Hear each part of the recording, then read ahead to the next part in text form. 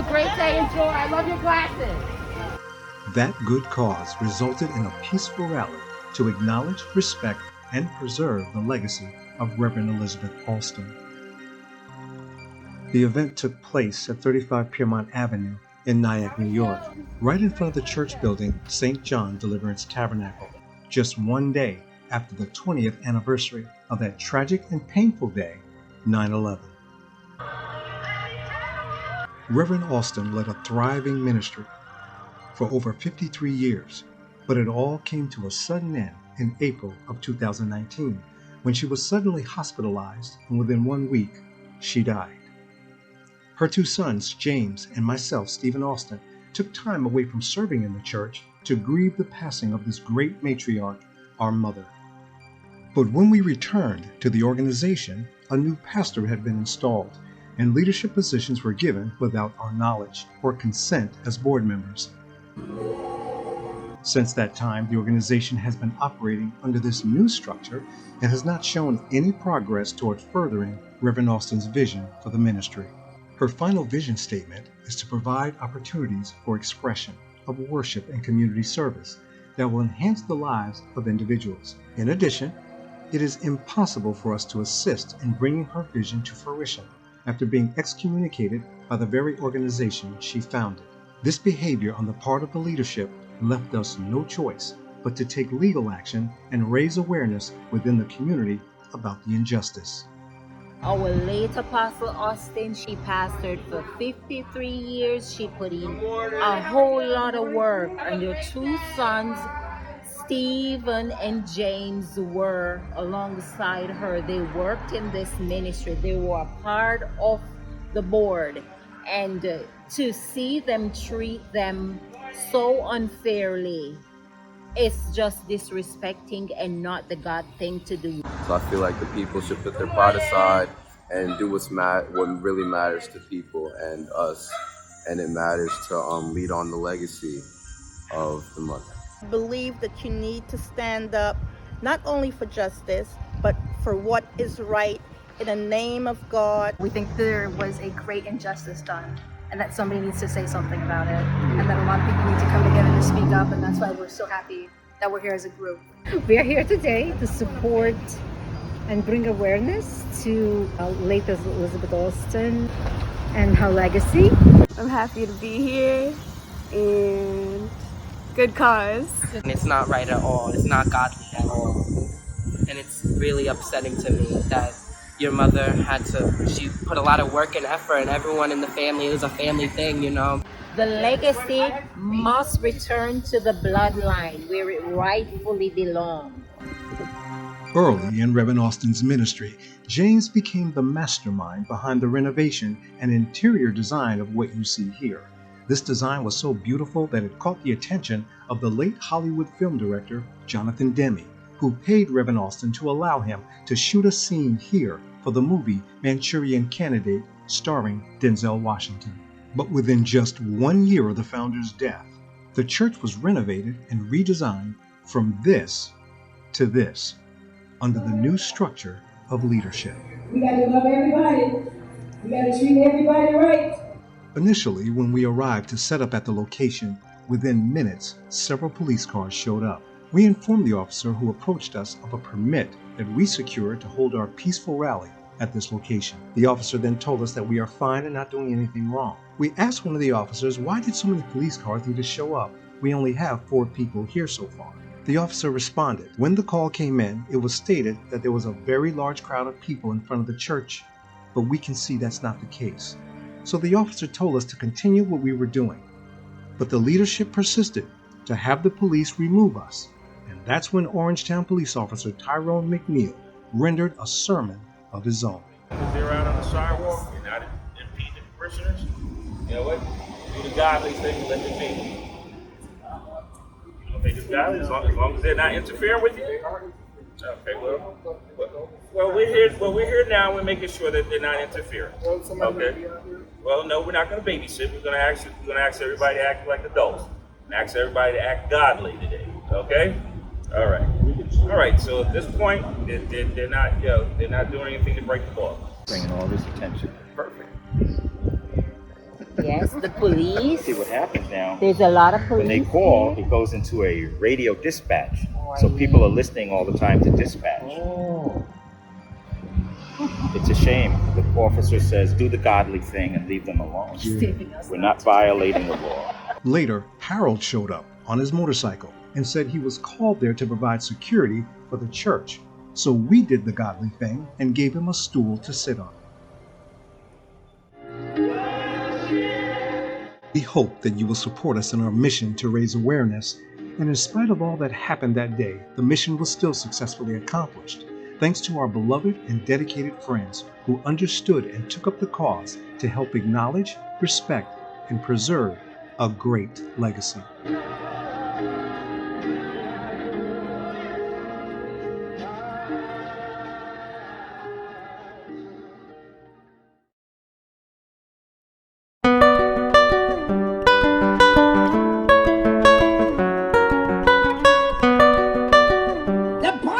Said that the heart is desperately wicked. And then he asked the question, who can know it? You'd be surprised. Churchgoers and what they had in their heart. They got a nice little corner stuck up in there somewhere that they hide things that is not of Jesus Christ. That's decisions that we few people in here made, and we wish we had not made them. After we made them, we saw where there's a danger. We saw who it was going to hurt. And we really regret that we made that decision. Apostle, our mother left no succession plan. I often ask her, what would be the succession plan if something should happen? You're not going to be here forever. What do you see? And over the years, she never could put her finger on a succession plan. Now, towards the end, a few years before she died, even before that, Stephen being a minister and close to her, she told me that Stephen should carry the mantle. She said she didn't see anybody in the church that should lead. One particular person, I would bring names to her, and she would say, no. And one particular one, she said no, because they'll rob the church blind. Okay, so that was out. We really made, I would say, a pretty big effort to get them to not so much change their minds about what they thought, but just to open up their minds to be able to say, okay, these are her sons, and what is it that they want? What do they want to do? Instead of installing Sarah Allen, giving people all these positions, especially that of the pastor, I think that we have a right to question the qualifications. We have a right to say what we would like to see. In a text message, one of the elders who actually left to move to North Carolina asked me how I felt about being the pastor, and I said, I think the people should decide. But it really depends on the situation and the bylaws. Both of us made an attempt to talk to the people that were considered themselves in charge. There was no way that they wanted to hear it because, it's like anything. If you have a direction that you're going in and you don't want to be interrupted, you'll fight, you'll do everything you do to get where you want to get. And I think when people don't take the time to pray and seek the answers, you wind up with what we have today on hand, which is just a mess, okay? Yep. I'm a lifetime board member. They excuse that. They excuse ran by the bylaws. So it's almost like you want to get somewhere, you just run through the stop signs. You don't yield to anybody because I'm going there, and that's the way it is. Get out of my way. Apostle and my mother, Stephen's mother, thought that she had more time on earth, okay? And just to give you an idea, before she fell ill, I was with her that Monday night, and she was in the family room watching something, and she had a little table in front of her eating a steak from Hogan's. And I remember asking her, kiddingly, Ma, should you be eating that? It's like 8 o'clock, 8:30 at night. And, in her sarcasm, and if you knew how her personality was, she said to me, "You want some?" And she continued eating. And it's funny, we had the conversation, and we talked, and she said, I'm going to live to 120 or something like that, And I said, okay, all right, and thought nothing of it. So the next day is when it all started to go downhill. And when she wound up in the hospital, she never rebounded from her illness. So it left us in a situation where, okay, what do we do with the church organization? The church is incorporated. It's not a proprietorship owned by anybody. It's a corporation. Bylaws were instituted in 1976. I was signed on as a trustee many, many years ago. And when the church got into any kind of trouble or bind financially, she would call me, and I would try to work with them to pull out of it. The church has 2 buildings that they own right now. And the way those buildings were acquired was my grandmother loaned the church $2,000 to put down as a binder on the building that they're in right now. And that building, we got it paid off. And someone came up with a vision that someone was going to give us a building, whatever. And we wound up in 292. Nobody gave us that building. Tithe and offerings paid for the building at 292 Main Street. And the way the bank did it is they leveraged both buildings. If we defaulted on 292 on Main Street, the bank leveraged the fact that they would collect both buildings if we didn't pay for that building. So we leveraged the building on 35 Piermont Avenue against the building at 292. So the bank had some type of capital that they could work from if we ever defaulted. A couple of times the church got in trouble with that building. It was almost lost. But God took care of it, and we took care of that. And the reason I became a lifetime trustee board member, going all the way back 2008, 2009, so that I would be able to watch over, no matter where I am, whether I'm present or not, the finances, their decisions, so that we wouldn't get into trouble financially, or we wouldn't overextend ourselves. So going back to the vision, Stephen was down teaching, I believe, and I believe he tried to say, in his heart and what God was leading him to do with the absence of my mother, is tell them where we should go and what he felt, have an open discussion with the members, but there were a few people that already had their minds made up. I tried desperately to talk to the leadership, and my idea was, okay, let's not rush. Let's maybe have visiting pastors come in. Let's interview people. Let's pray. Whatever we need to do so we get it right, okay? People's souls. We want the church to continue. They shut me down immediately, okay? Even to the point, literally, would not answer the phone. They won't hear anything I had to say. Stephen went to a brunt of it because he was there, and they locked up the church from him. And I went down, and I said, what are you doing? And they say to me that this pastor, which is Sarah Allen, we've always known her as Pastor Allen. And what the background of that, my mother told me she wasn't the pastor of the people. She was more like her pastor, okay, not the pastor of the church. They didn't understand that. And they said, well, we've known her as pastor. So my point is, did anybody pray over this? Nobody said to me spiritually, God is leading us that Pastor Allen should lead this church. None of that. Mm-hmm. They said, we know her as Pastor Allen. She's going to be the pastor. And I went, no, it doesn't work like that. Now, Sarah Allen was in financial binds when all this happened. And she was leaving the state to move to another state. And she did not want to be the pastor. When my mother passed away, she jumped back. Now she's the pastor. And she became financially solvent. Mm-hmm. And sometimes people look at church and it's like, tag, you're it, I'm next, tag, I want my share.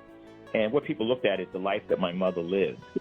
They didn't see the tears and the heartache. They saw her driving a Mercedes. The house that she lived in, I helped her to acquire it. We all did, okay? So people see things on the outside and they go, it's my turn. Those are the material things that people see. Those of you that attended the rally, you didn't see a lot of people. And my heart ached because I didn't see any children. I saw no young adults. I didn't see much of, not degrading people that were there, but I didn't see anything. And those of you who have known her, she received an award from the NAACP for attracting youth, I guess. She had a large number of youth.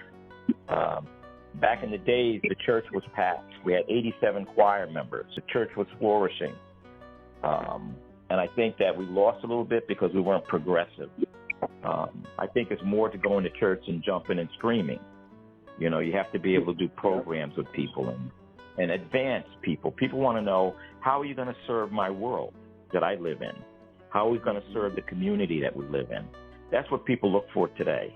But we're doing, hopefully, what God is telling us to do and having a stick-to-it nature rather than just walking away. We could have just walked away and said, whatever, too bad, so sad. But in our hearts, we know that's not what it's to be. That's not what this legacy is supposed to be. And I said, hey, Moses led people, led the Israelites, and he never saw the promised land. Yeah. Pastor Alston had ideas and visions, but she never saw it in totality. That's where we come in. Us and people who want to see the legacy and see things better and see people healed or whatever we need to do to supply needs to people.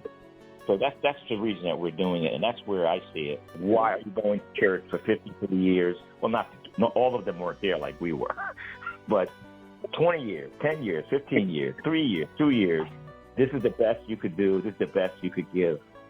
And it just highlighted to me why we need to do what we're doing. That's what I came away with. This is very important. It's very important.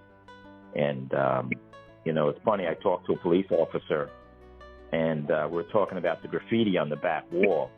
And he said, you know, I go back there, but I can never catch the artists that are drawing these things, and it's vile things on the back wall. And he says, you know, I don't know what to do.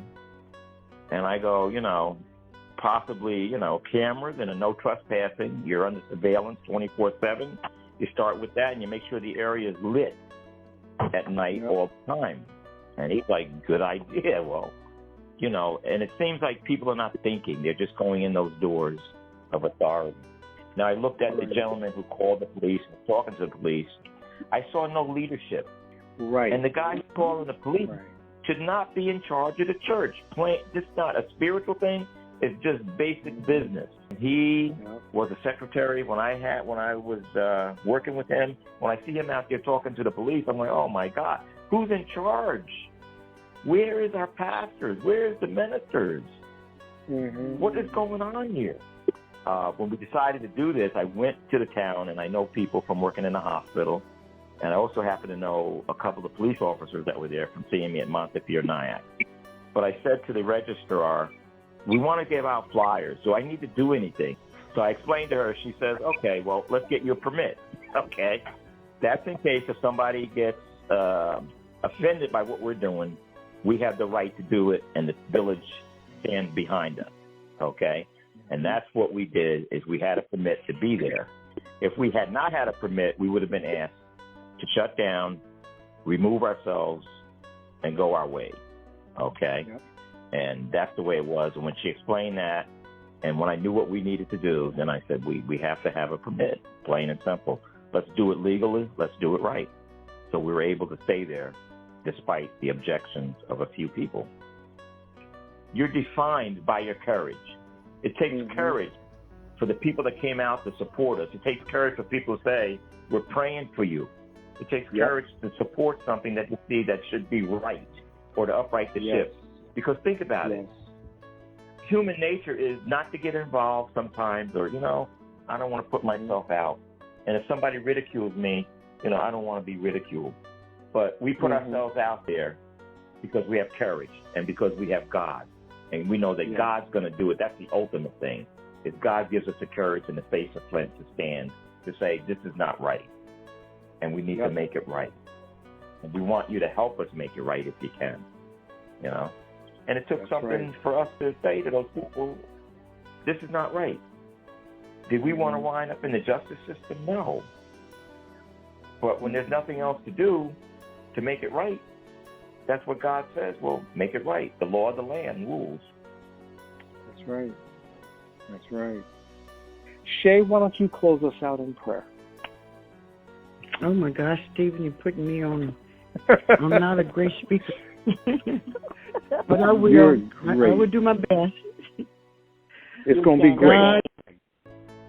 Thank you. You guys pray for me while I'm praying. God, we come to you in loving and thanksgiving for what you put on our heart, our mind tonight. Lord, please cover James and Stephen and the mission they're on for the legacy of Reverend Alston, Elizabeth Alston. And God bless everybody on this line. And I love you all. In Jesus' name, amen. I thank God that I'm born again. In other words, if I would die right now, I'd wind up in heaven.